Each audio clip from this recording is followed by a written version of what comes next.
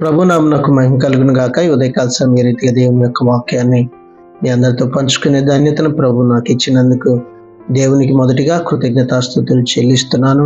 అలాగే ఈ వాక్యాలను వింటూ మీ యొక్క సహకారాన్ని ఈ పరిచర్యకు అందిస్తున్న మీ అందరికి కూడా ప్రభు పేరిట ప్రేమపూర్వకమైనటువంటి వందనాలు తెలియజేస్తున్నాను. ఈ దిన వాక్య ధ్యానము పేతురు రాసిన మొదటి పత్రిక 2వ అధ్యాయము 20వ వాక్యాన్ని చదువుకుందాం. తప్పిదమునకై దెబ్బలు తిన్నప్పుడు మీరు సహించిన ఎడల మీకేమి ఘనము? మేలు చేసి బాధపడినప్పుడు మీరు సహించిన ఎడల అది దేవునికి హితమగును.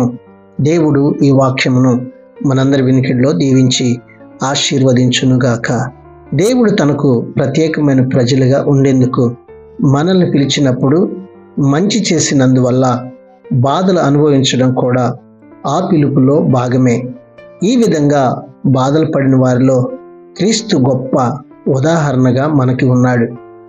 ఆయన మంచి తప్ప మరేది కూడా చేయలేదు, కానీ మనందరికంటే ఎక్కువగా ఆయన బాధలను అనుభవించి మనందరి కొరకు ఆయన మంచి చేసి కూడా శ్రమలనే అనుభవించాడు. అట్టి మార్గమును మాదిరిగా కలిగి జీవించే కృపను ప్రభు ఈ దినాన్ని మనందరికీ దయచేయనుగాక.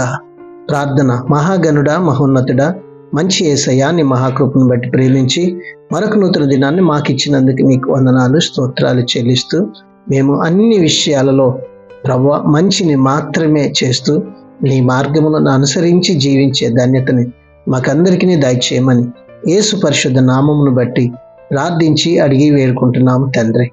ఆమేన్.